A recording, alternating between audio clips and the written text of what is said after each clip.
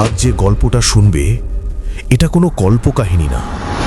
এটা এমন এক মানুষের গল্প যে নিজের হাতে ৯৯ জন মানুষকে হত্যা করেছিল, তবুও আল্লাহ তাকে ক্ষমা করেছিলেন।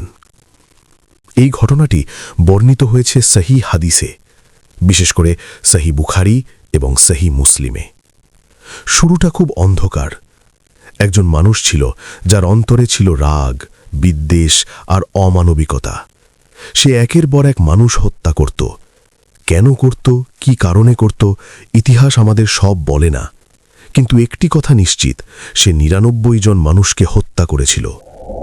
একদিন হঠাৎ তার ভিতরে একটা প্রশ্ন জাগল, আমি কি কখনো ক্ষমা পাব? এটা খুব গুরুত্বপূর্ণ মুহূর্ত, কারণ পাপের অন্ধকারে ডুবে থাকা মানুষও একসময় আলোর খোঁজ করে। সে এলাকায় সবচেয়ে বড় একজন ইবাদত গুজার লোকের খোঁজ করল। তাকে বলা হলো, একজন সন্ন্যাসীর কাছে যাও। লোকটা তার কাছে গিয়ে বলল, আমি ৯৯ জন মানুষ হত্যা করেছি, আমার কি তওবার সুযোগ আছে? সন্ন্যাসী চমকে উঠল। সে হয়তো ইবাদত জানত, কিন্তু আল্লাহর রহমতের গভীরতা জানত না।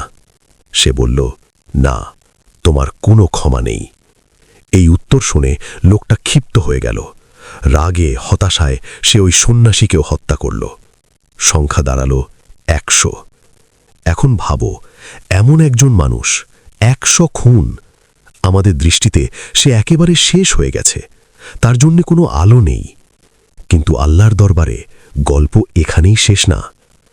কিছুদিন পর আবার তার ভিতরে সেই অস্থিরতা শুরু হলো। বিবেক তাকে ছাড়ছিল না। সে আবার জিজ্ঞেস করতে শুরু করল, এমন কোনো আলেম আছে কি যে সত্য জানে? এবার তাকে একজন প্রকৃত জ্ঞানীর কাছে নিয়ে যাওয়া হলো। সে গিয়ে একই কথা বলল, আমি ১০০ জন মানুষ হত্যা করেছি, আমার কি তওবার সুযোগ আছে? আলেম কিছুক্ষণ চুপ করে রইলেন, তারপর বললেন, কে তোমাকে আল্লাহর রহমত থেকে নিরাশ করেছে? অবশ্যই তোমার তওবার দরজা খোলা আছে। লোকটা যেন নতুন জীবন পেল, তার চোখে পানি চলে এলো। কিন্তু আলেম এখানেই থামলেন না। তিনি বললেন, তুমি এই এলাকা ছেড়ে চলে যাও, এখানে তুমি পাপের পরিবেশে ছিলে।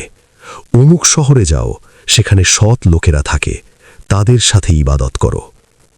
এই কথাটা খুব গভীর।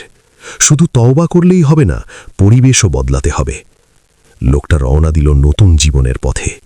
সে হাঁটছে মরুভূমির রাস্তা, একদিকে পেছনের অন্ধকার জীবন, অন্যদিকে সামনে অজানা ভবিষ্যৎ। কিন্তু সে গন্তব্যে পৌঁছতে পারল না। রাস্তার মাঝখানেই তার মৃত্যু হলো। এখন দৃশ্যটা কল্পনা করো, একদিকে রহমতের ফেরেশতারা এসেছে, অন্যদিকে শাস্তির ফেরেশতারা এসেছে।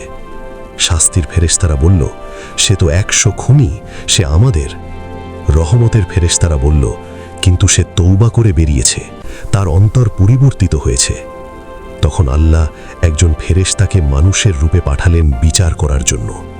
তিনি বললেন, দেখো, যে শহর থেকে সে বেরিয়েছে আর যে শহরে যাচ্ছিল, দুই জায়গার দূরত্ব মেপে দেখো। যে শহরের কাছে সে বেশি, সে সেই দলের হবে। মাপা হলো। আল্লাহর রহমত দেখো। বলা হয়, আল্লাহ জমিনকে নির্দেশ দিলেন যেন সৎ শহরটা তার দিকে একটু কাছে চলে আসে। শেষ পর্যন্ত দেখা গেল সে সৎ শহরের দিকে ১ হাত পরিমাণ বেশি কাছে। ফয়সালা হলো, সে ক্ষমাপ্রাপ্ত। ১০০ খুনি, তবুও ক্ষমা। এটা শুধু একটা গল্প না, এটা আমাদের জন্য বার্তা। আমরা হয়তো খুনি না, কিন্তু আমাদের গুনাহ আছে, গোপন পাপ আছে, এমন কিছু কাজ আছে যা কেউ জানে না, শুধু আমরা আর আল্লাহ জানি। আমরা মাঝে মাঝে ভাবি, এত গুনাহ করেছি, আমার দ্বারা আর হবে না। নামাজ পড়তে লজ্জা লাগে, কোরআন খুলতে ভয় লাগে। কিন্তু মনে রাখো, এই ঘটনাটি যে কিতাবগুলোতে এসেছে, যেমন সহি মুসলিম, সেগুলোতে এটি শিক্ষা হিসেবে সংরক্ষিত হয়েছে, যাতে কোনো বান্দা আল্লাহর রহমত থেকে নিরাশ না হয়।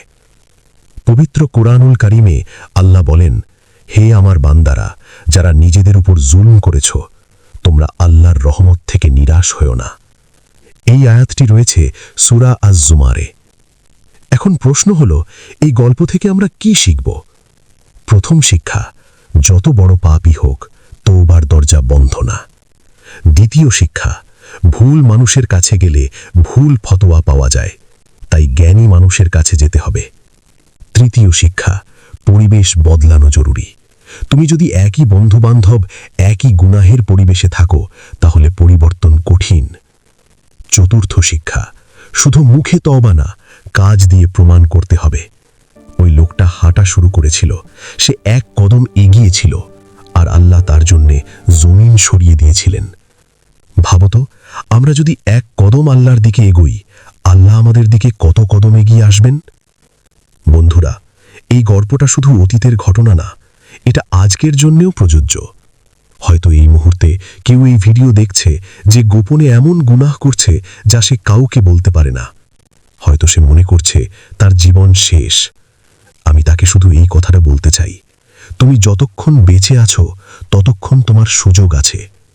আজ যদি তুমি সিদ্ধান্ত নাও আমি বদলাবো, তাহলে হয়তো তোমার জীবনের রাস্তাও বদলে যাবে।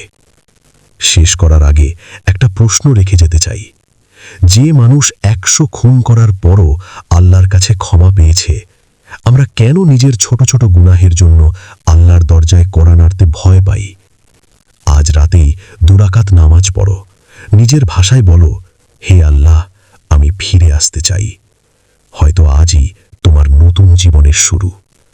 যদি এই গল্পটা তোমার হৃদয়ে লাগে, তাহলে শেয়ার করো, কারণ হয়তো তোমার শেয়ারের মাধ্যমে আরেকজন পাপী তার জীবনের পথ বদলে ফেলবে।